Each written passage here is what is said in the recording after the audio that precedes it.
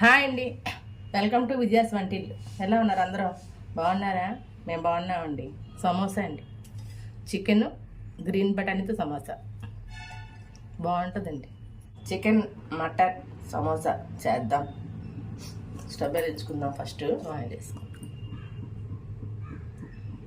ఇందులో ఉల్లిపాయ ముక్కలు, పచ్చిమిరపకాయ కొంచెం ఉప్పు వేసి ఇది కొంచెం వేరే కదండి, దొంగ మారే కదా, కొంచెం స్పూన్ వేసి అలా వేసి పచ్చి వాసన అంతా కావాలి. ఇందులో చిన్న కలుపుకున్న చికెన్ ముక్కలు వేసుకోవాలి. కలుపుకొని శుభ్రంగా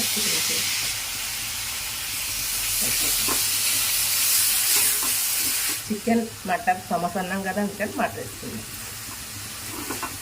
గ్రీన్ బటన్ వేగా కారం కూడా వేసుకుందాం.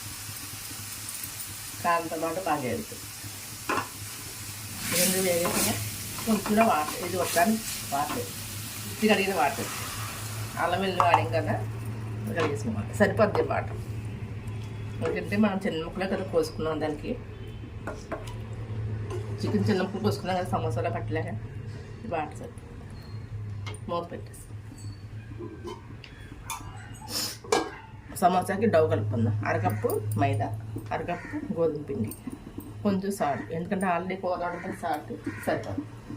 కొంచెం వాము, కొంచెం నూపప్పు, కొంచెం ఆయిల్, అన్నీ కలుపుకొని పూరి ముద్దలా కలుపుకోవాలి. ఇలా డవ్ కలుపుకొని ఇలా రెడీగా ఉంచుకుంటాం. కోస్తూ వస్తూ ఉండదు సార్.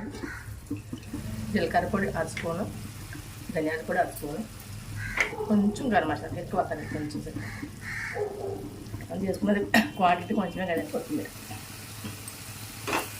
బాగా తగ్గగా మొత్తం అంతా నీరు ఇంకోవాలి.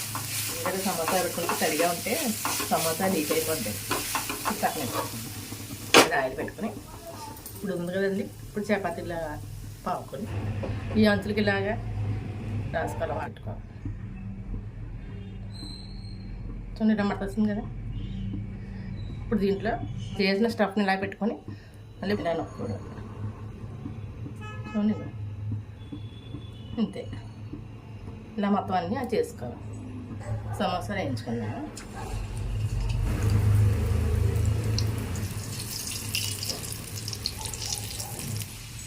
ఎంత బాగా